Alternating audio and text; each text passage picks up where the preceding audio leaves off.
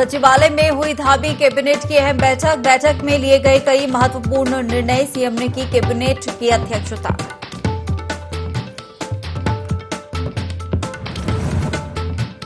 PM Modi ने महाकाल लोकार्पण के दौरान केदारनाथ और बद्रीनाथ के पुनः निर्माण की कही बात। सीएम धामी ने जताया पीएम मोदी का आभार।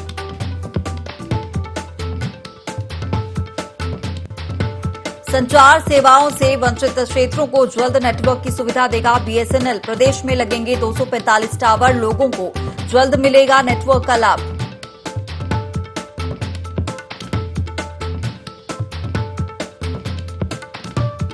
रुद्रप्रयाग में रेल परियोजनाओं पर हो रहे विस्फोट को लेकर लोगों में नाराजगी। परियोजना प्रबंधक ने की लोगों से मुलाकात, समस्या के समाधान की कही बात।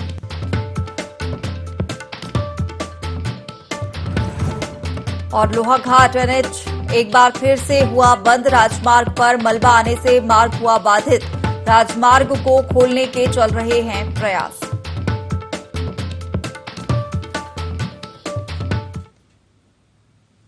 नमस्कार, बहुत स्वागत है आपका देवभूमि लाइव के इस खास बुलेटिन में। मैं हूं आपके साथ हिमांशा मेहता। बुलेटिन की शुरुआत करेंगे खबरों के साथ। मुख्यमंत्री पुष्कर सिंह धामी ने राज्य में जेल विकास बोर्ड के लिए रिवॉल्विंग फंड को मंजूरी दे दी है, जिसके लिए पहले चरण में 1 करोड़ रुपए की धनराशि जारी करने के निर्देश दिए। इस फंड से जहां एक ओर कैदियों में एंटरप्रेन्योरशिप व स्वरोजगार को प्रोत्साहन मिलेगा, वहीं दूसरी ओर सरकारी विभागों में उत्पादों की आपूर्ति अधिक से अधिक राज्य के कारागार से सुनिश्चित करवाने के प्रयास किए जाएंगे। सचिवालय में जेल विभाग की समीक्षा बैठक के दौरान मुख्यमंत्री पुष्कर सिंह धामी ने जेलों की आधुनिकीकरण प्रक्रिया में तेजी लाने के निर्देश दिए हैं। उन्होंने राज्य की समस्त जेलों में वीसी हॉल और तकनीकी विकास की कार्ययोजना जल्द से जल्द बनाने के निर्देश दिए। सरकारी विभागों के सामानों की अधिक से अधिक आपूर्ति भी कारागार से करवाए जाने का प्रयास किया जाएगा।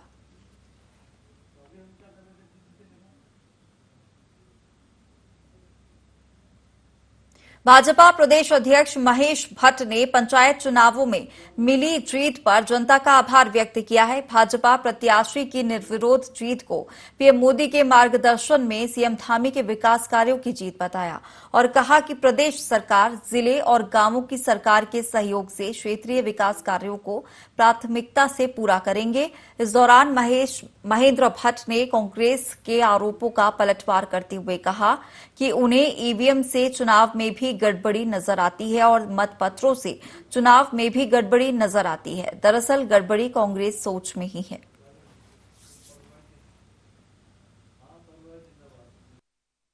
जिनको हमने प्रत्याशी बनाया था, भले ही अपना चुनाव हारे हों, लेकिन अपने क्षेत्र के अंदर जिला पंचायतों में उन्होंने जिस रूप में जनता का विश्वास जीता, उन सब का प्रति मैं आभार व्यक्त करता हूं। और एक जनादेश, बहुत बड़ा जनादेश मैं कह सकता हूं, और जिस जनादेश से हम आने वाले, खास तौर पर हमारा भविष्य में नगर पालिका, नगर पंचायत चुनाव आने वाले हैं, उसके लिए हमको एक शक्ति प्राप्त होगी। और 2024 का लोकसभा चुनाव का जो जनादेश है, मैंने कहा ना, देश के अंदर भी हैट्रिक, और उस हैट्रिक को बनाने में उत्तराखंड एक अग्रणी भूमिका में रहेगा। और इस विजय पर मैं पुनः उत्तराखंड की जनता को भी हार्दिक बधाई देता हूं। देहरादून में शिक्षा मंत्री डॉक्टर धन सिंह रावत ने संस्कृत शिक्षा विभाग की समीक्षा बैठक ली। डॉक्टर रावत ने बताया कि बैठक में आगामी 3 और 4 नवंबर 2022 को राज्य स्तरीय संस्कृत चिंतन शिविर आयोजित करने का निर्णय लिया है, जिसमें संस्कृत शिक्षा को बढ़ावा देने के लिए विजन डॉक्यूमेंट तैयार किया जाएगा। उन्होंने बताया कि 2 दिवसीय चिंतन शिविर का शुभारंभ प्रदेश के मुख्यमंत्री पुष्कर सिंह धामी के द्वारा किया जाएगा, जिसमें देश भर के प्रखंड विद्वान शिरकत करेंगे। डॉक्टर रावत ने कहा कि संस्कृत उत्तराखंड की द्वितीय राजभाषा है, जिसके संवर्धन के लिए राज्य सरकार लगातार प्रयासरत है।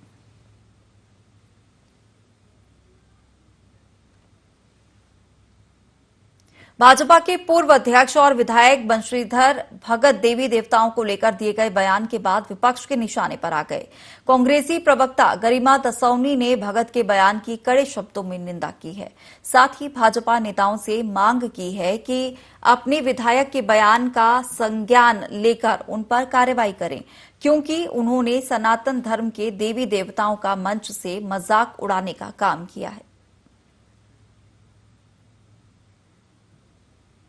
कल हल्द्वानी में अंतर्राष्ट्रीय बालिका दिवस के उपलक्ष्य में आयोजित एक कार्यक्रम में जिस तरह से उत्तराखंड भाजपा के पूर्व अध्यक्ष और वर्तमान में विधायक बंशीधर भगत के द्वारा हिंदू सनातन धर्म और देवी देवताओं का अपमान किया गया, वो अक्षम्य है।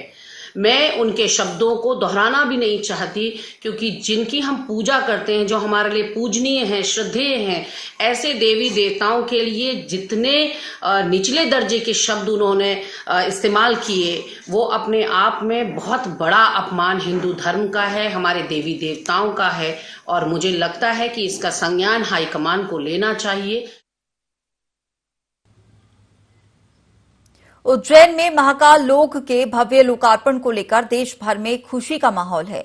जगह जगह मंदिरों में बड़ी स्क्रीन लगाकर लोकार्पण कार्यक्रम का लाइव प्रसारण किया गया। उधम सिंह नगर के जसपुर स्थित ठाकुर मंदिर में भी बड़ी संख्या में बीजेपी कार्यकर्ताओं और भक्तों ने पहुंचकर कार्यक्रम को देखा।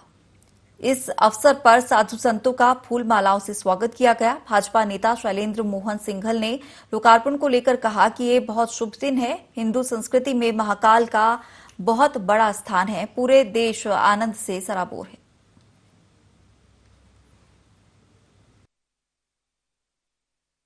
देखिए, आज बड़ा शुभ दिन है जब महाकाल, जिसके लिए हमारे हिंदू संस्कृति में बहुत बड़ा स्थान है, वहाँ पर एक जीर्णोद्धार के रूप में बहुत व्यापक वहाँ पर कार्य हुआ है। वहाँ एक कॉरिडोर बना है और माननीय मोदी जी उसका आज लोकार्पण कर रहे हैं। तो ये सभी के लिए बड़ी खुशी का दिन है। आप पार्टी के द्वारा भी एक कार्यक्रम आयोजित किया गया है, जहाँ सभी लोग इस जो कार्यक्रम चल रहा है उसको टीवी के माध्यम से यहाँ पर देख रहे हैं।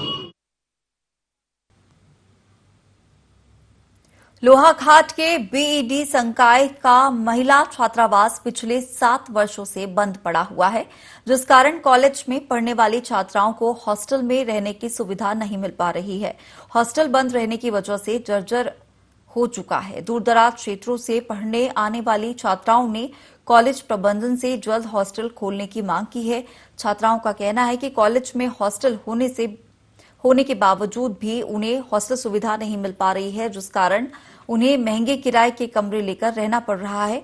वहीं कॉलेज की प्राचार्य डॉक्टर संगीता गुप्ता ने बताया कि सत्र में वे दूरदराज के क्षेत्रों से आने वाली गरीब घर की छात्राओं के लिए हॉस्टल की दुविधा देने जा रही है। एडमिशन समाप्त होने के बाद बीएड की छात्राओं के अलावा अन्य संकायों में पढ़ने वाली छात्राओं को भी हॉस्टल की सुविधा उपलब्ध कराई जाएगी। लंबे समय से ये हॉस्टल खाली चल रहा था। जब से बना है तब से शुरू में कुछ बच्चे आए थे, लेकिन उसके बाद कुछ उनको यहाँ पर जब पास आउट हो गए तो वो चले गए, उसके बाद नहीं आया। उसके बाद एपटेक वगैरह कुछ ऐसे कार्यवाही, कुछ ऐसी गतिविधियां एपटेक से चली और उसके बाद भी ये सब खाली पड़ा रहा उसके बाद। लेकिन जब से मैं आई हूँ, मैं प्रयासरत हूँ कि इस वर्ष में कुछ लड़कियां जो बाहर से आती हैं उन्हें रूम देना पड़ता है और वो हमारे हॉस्टल में आकर रहें। बहुत ही मिनिमम प्राइसेस पे रेंट पर हम उनको देना चाहेंगे, ताकि थोड़ी सी मेंटेनेंस कॉस्ट निकल आए। बीएड के बच्चों के भी एडमिशन अगले माह होंगे, तो या तो उनमें से या हमारे यहाँ की महाविद्यालय की छात्राएं रहें, उन्हें कोई असुविधा नहीं होने देंगे हम। उत्तराखंड के पिथौरागढ़ जिले में अभी भी कई इलाके ऐसे हैं जहां 5G के इस दौर में प्राथमिक संचार सेवा तक नहीं है। इन इलाकों में रहने वाले लोगों को अपना संदेश दूसरों तक पहुंचाने के लिए काफी संघर्ष करना पड़ता है, लेकिन अब संचार सेवाओं से वंचित लोगों को जल्द ही नेटवर्क की सुविधा मिलेगी।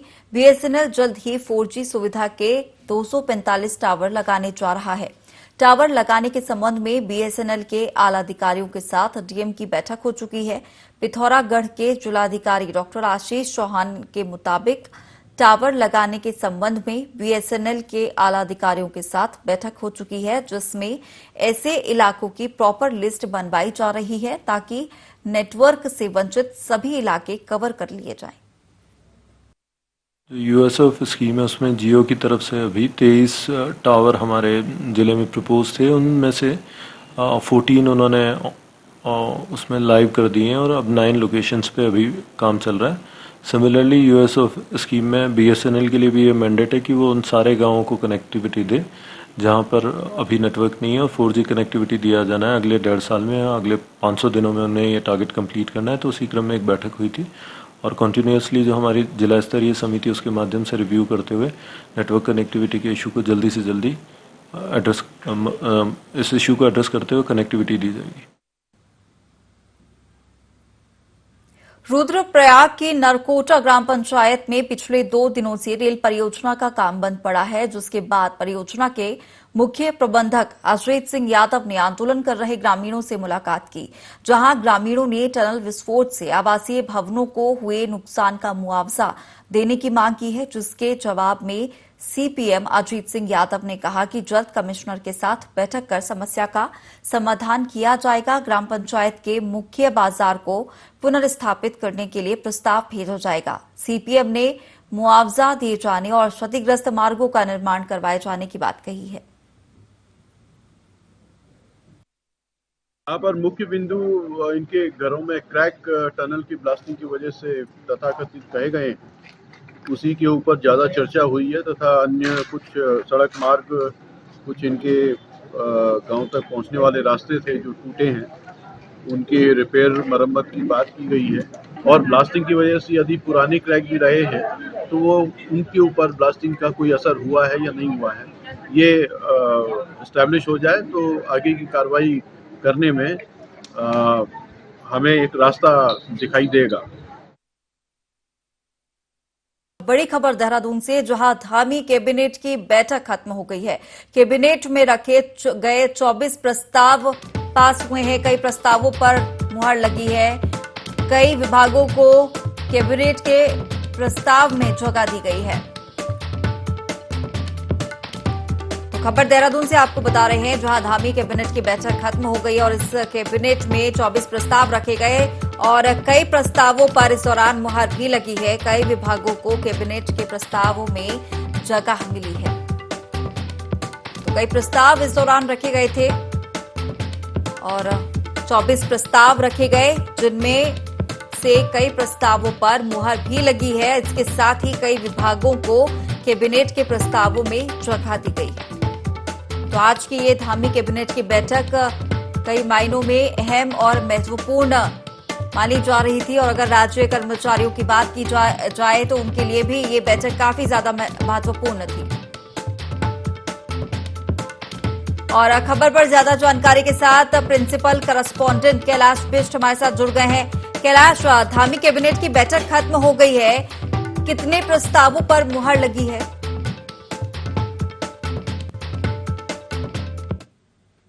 उन 24 मदों पर प्रस्ताव रखे गए और 2 मद निरस्त कर दिए गए।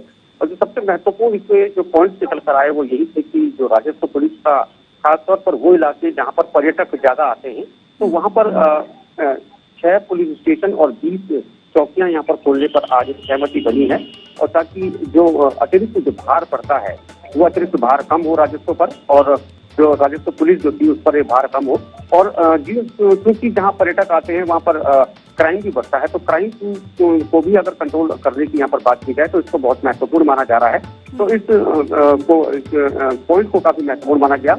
उसके अलावा जो क्षैतिज आरक्षण की बात की जाए, क्षैतिज आरक्षण को लेकर भी साफ किया गया है कि जो SLP दाखिल की गई है माननीय सुप्रीम कोर्ट में, तो उस पर भी फैसला अगर आता है तो सरकार उस पर भी तुरंत एक्शन लेगी, यानी 30% का लाभ मिल पाएगा यहाँ पर महिलाओं को। उसके साथ ही जो उत्तराखंड सड़क सुरक्षा दुर्घटना निधि है, पहले सड़क में अगर किसी की दुर्घटना होती तो उसको 1 लाख रुपए दिया जाता था, लेकिन इसको बढ़ाकर अब 2 लाख रुपए कर दिया गया है। जो व्यापारी हैं, व्यापारियों को भी जो GST के दायरे में आते हैं उनको 5 लाख रुपए दिया जाता था एक्सीडेंट पर, तो अब उनका भी जो दायरा है उसको 5 लाख से बढ़ाकर 10 लाख रुपए कर दिया गया है। इसके अलावा जो DA की बात यहाँ पर की जा रही थी, बोनस की बात की जा रही थी जो कर्मचारियों के सेवावली को लेकर, तो उसका भी अनुमोदन की बात यहाँ पर की गई है। और उस पर जो मुख्यमंत्री है, मुख्यमंत्री ही उस पर निर्णय लेंगे, तो ये भी आज कैबिनेट में साफ हो चुका है। उसके साथ ही यहाँ पर अगर वन निगम विभाग की बात करें तो उसकी जो वार्षिक लेखा परीक्षा है उसको कैबिनेट में रखा जाएगा। पेट्रोल पंप के लिए जो जमीनें लेनी है उस पर जो व्यावसायिक मद है उसको ही अब लिया जाएगा। बागवानी क्षेत्र में जो एंटी हेडलैंड लेने की जो अपना जो सब्सिडी थी, उस सब्सिडी को बढ़ाकर भी 25% कर दिया गया है। और उसके साथ ही मैं आपको ये भी जानकारी दे दूं कि जो अटल आवास योजना के तहत पहले 30 से 35 हजार रुपये दिए जाते थे, लेकिन अब इस पैसे को बढ़ाकर 1,30,000 रुपये किया गया है। और ये एक जो गरीबों के लिए एक बहुत महत्वपूर्ण कदम इस वक्त स्थानीय सरकार का है। चलिए, तमाम जानकारी हम तक पहुंचाने के लिए आपका बहुत शुक्रिया।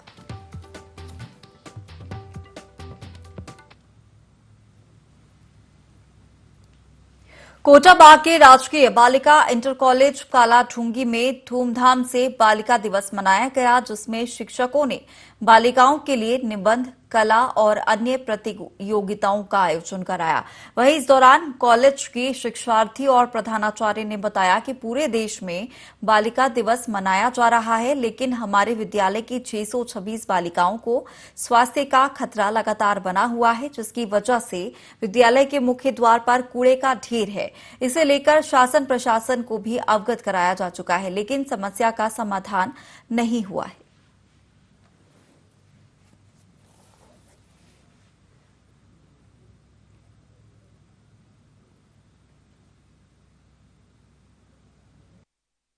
हमारा बालिका दिवस तभी सक्सेसफुल होगा जब हमारे स्कूल के सामने जितना भी कचरा है, जितनी भी गंदगी है, हमारे स्कूल में लगभग 700 से 750 बच्चे होंगे और जिनके ऊपर एक तरीके से बीमारी मंडरा रही है। तो मैं चाहती हूँ कि हमारे स्कूल के सामने जितनी भी गंदगी है वो हट जाए। मेरा यही विनती है कि बालिकाओं की सुरक्षा के लिए कृपया करके हमारे विद्यालय के आगे से जो कूड़े का ढेर है इसको साफ कर सके, ताकि हमारा विद्यालय सुरक्षित हो और हम सब स्वस्थ रहें। हमारे विद्यालय के आगे एक कूड़े का जो ढेर है वो हमारे लिए एक समस्या बनी हुई है, और अगर ये हट जाए वहाँ से तो हमारी बालिकाओं के स्वास्थ्य के लिए अच्छा रहेगा और हमारा ये बालिका दिवस भी एक सफलतापूर्वक मनाया जाएगा। अंतर्राष्ट्रीय बालिका दिवस के अवसर पर प्रदेश भर में कई कार्यक्रम आयोजित किए गए। इसी कड़ी में चंपावत जिले के टनकपुर क्षेत्र में भी बाल विकास विभाग की ओर से कस्तूरबा गांधी बालिका छात्रावास में छात्राओं के लिए कार्यक्रम का आयोजन किया गया है। वहीं कार्यक्रम में बाल विकास विभाग की सुपरवाइजर मीरा जोशी ने छात्राओं को उनके अधिकार के बारे में जानकारी दी। इसके साथ ही विभाग की ओर से छात्राओं को सैनिटरी नैपकिन और फलों का भी वितरण किया गया। इस बार यहाँ पर हम कस्तूरबा गांधी छात्रावास में आए हैं और छात्राओं को हमने अपनी विभाग की तरफ से जो हमसे हो सकता है केले और सैनिटरी नैपकिन, जो इन किशोरावस्था की सबसे महत्वपूर्ण गतिविधियों में एक है। सैनिटरी नैपकिन हमने 2-2 किशोरियों को दी हैं और यहाँ पर कार्यक्रम भी किए गए। हमारे विभाग से भी कार्यक्रम किए गए, जो हमारी विभाग की जो सेवाएं उद्देश्य हैं उसके बारे में बताया गया। और यहाँ पर कस्तूरबा गांधी की छात्राओं द्वारा बहुत भव्य एक गीत, जो लोकगीत के उसमें भी है और प्रार्थना भी है और भगवान से संबंधित भी है, ये गीत गाया। लगातार हो रही भारी बारिश के बाद एक बार फिर से लोहाघाट राष्ट्रीय राजमार्ग को बंद किया गया है, जिस कारण कई यात्री एनएच मार्ग में फंसे हुए हैं। वहीं ज्यादा मात्रा में मलबा होने से मार्ग को खोलने के लिए कर्मचारियों को काफी दिक्कतों का सामना करना पड़ रहा है। बता दें कि एनएच मार्ग 5 दिन पहले ही बड़ा मुश्किल खुला था, लेकिन एक बार फिर से भारी मात्रा में मलबा आने से मार्ग बंद हो गया है।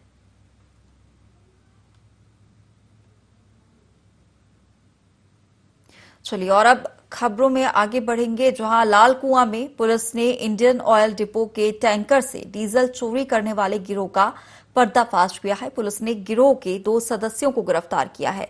पकड़े गए आरोपियों के पास से टैंकर सहित 11,000 लीटर डीजल और उपकरण बरामद किए हैं।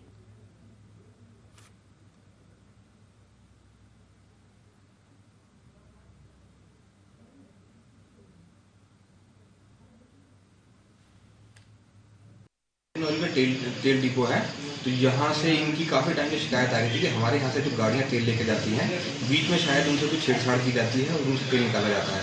क्योंकि उनमें ई लॉक सिस्टम होता है, तो जो वो लॉक है वो जहाँ से भरा गया और जहाँ रिसीविंग एंड है वहीं तक जो है खुलता है। तो ये लोग क्या करते थे, एक गिरोह सक्रिय था इसमें, जो कि उन गाड़ियों के ई लॉक को बिना छेड़े और उन पाइप की कटिंग जो लॉक के पाइप से उसमें से वो उनको काट के फिर उसको वेल्ड करके उसको ग्राइंड करके उसको पेंट कर देते थे, जिससे कि चोरी का पता नहीं लगता था। इसमें 2 अभियुक्त पकड़े गए, जिसमें एक हल्दू छोड़ का रहने वाला है और दूसरा नगीनाबाद का रहने वाला है।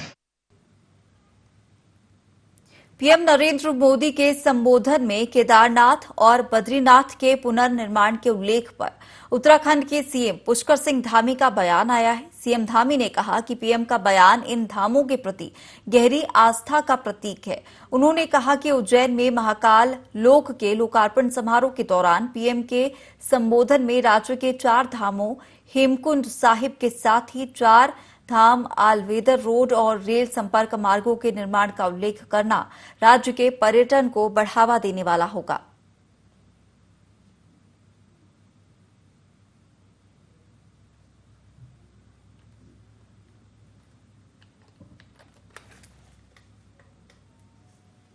चलिए खबरों में आगे बढ़ेंगे और अब बात करेंगे प्रधानमंत्री नरेंद्र मोदी के संबोधन में केदारनाथ और बद्रीनाथ के पुनर्निर्माण के उल्लेख पर उत्तराखंड के सीएम पुष्कर सिंह धामी का बयान आया है।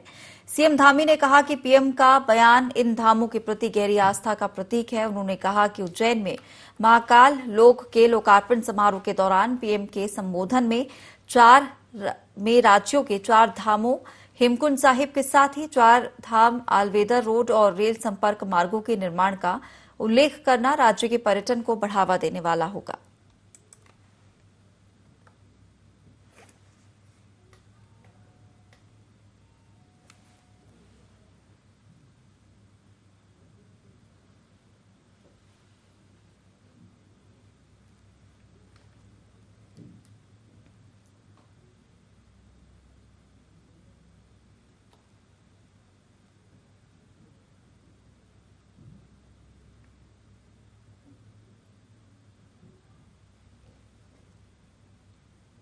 यूके SSSC भर्ती परीक्षा पर पूर्व मुख्यमंत्री त्रिवेंद्र सिंह ने बयान दिया है। उन्होंने कहा कि यूके SSSC को बनाने की मंशा सही नहीं थी। साथ ही आरोप लगाते हुए कहा कि इस परीक्षा में लगातार घपले सामने आ रहे हैं, जिसमें आयोग के पूर्व अध्यक्ष और डॉक्टर RBS रावत सहित पूर्व सचिव मनोहर कन्याल, परीक्षा नियंत्रक RS पोखरिया की गिरफ्तारी हो चुकी है। वहीं पूर्व सचिव संतोष बटोनी को भी सस्पेंड किया जा चुका है।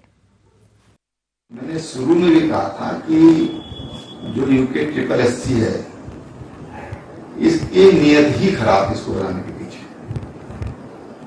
इंटेंशन ही सही नहीं थी।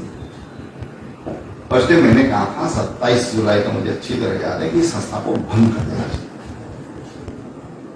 ऐसी संस्थाओं की कोई आवश्यकता नहीं है कि जो राज्य की साख को गिराने का काम करे, राज्य की प्रतिष्ठा को समाप्त करने का काम। चलिए फिलहाल इस बुलेटिन में इतना ही। आप बने रहिए IND 24 के साथ।